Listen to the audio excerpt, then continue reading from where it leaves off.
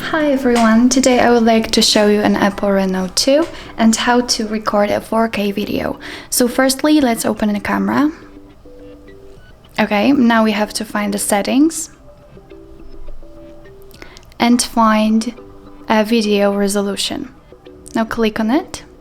And here, as you can see, we can choose from 4K, 1080p and 720p or a frame rate. Now we have 30 FPS, but we can choose 60 FPS. Let's choose 4K. And all we have to do now is get back to the camera, to the video, and now we will record in 4K. Thank you so much for watching. Please leave the subscribe and thumbs up.